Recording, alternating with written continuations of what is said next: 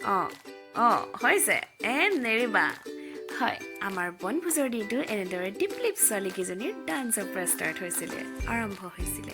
আহক আৰু দৃশ্য উপভোগ কৰক এয়া আমাৰ মাংস মাছৰ বাবে পিঁয়াজ কটা হৈ আছে চুক চুক চুক চুক চুক চুক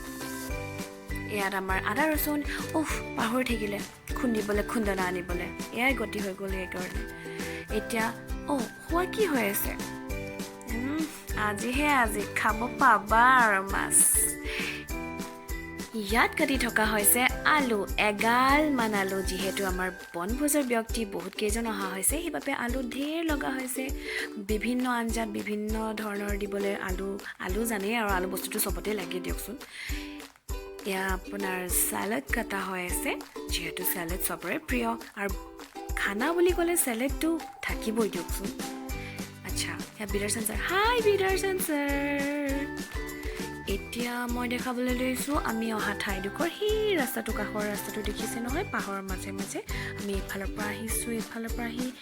এইখিনিৰো আমি মেইন ৱাটাৰফলটো চাবলৈ যাব হ'লে জলপ্ৰপাতটো চাব হ'লে এই পাহাৰখনৰ চাইডে চাইডে যাব লাগিব যিহেতু অকণমান পাছত আমি যাম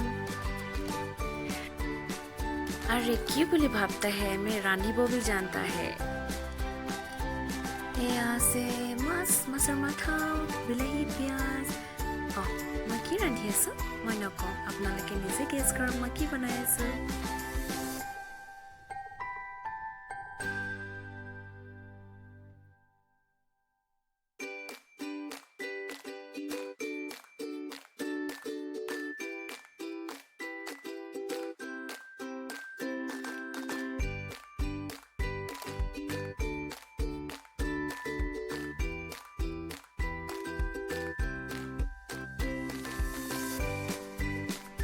ৰান্ধি বাঢ়ি আজৰি হোৱাৰ পাছত এতিয়া আমি যাবলৈ ওলাইছোঁ কাংথিলাংছো জলপ্ৰপাত দৃশ্য উপভোগ কৰিবলৈ আহক আপোনালোকে উপভোগ কৰক মই গৈ আছোঁ দুজনী টিপলিপ গাভৰু ছোৱালীৰ সৈতে কথা পাতি পাতি গৈ আমি পাহাৰৰ মাজে মাজে গানো গাওঁ গৈ আছোঁ গান গাই গৈ আছোঁ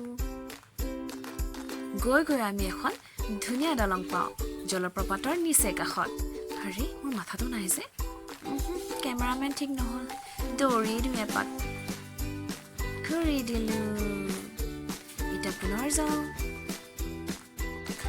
গৈ আমি ফাইনেলি জলপ্ৰপাত পাই গ'লোঁ দেখিছে কিমান সুন্দৰ প্ৰকৃতি যে ইমান সুন্দৰ হ'ব পাৰে আপোনালোকে নিশ্চয়কৈ দেখিছে প্ৰকৃতিৰ সৌন্দৰ্যতা উপভোগ কৰি পুনৰ উভতি গ'লোঁ অহাৰ বাটেৰে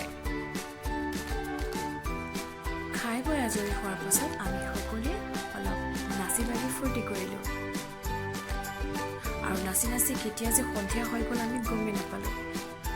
সকলোৱে ফূৰ্তিৰে এয়াই আছিল আমাৰ বনভোজৰ দিনটো ধন্যবাদ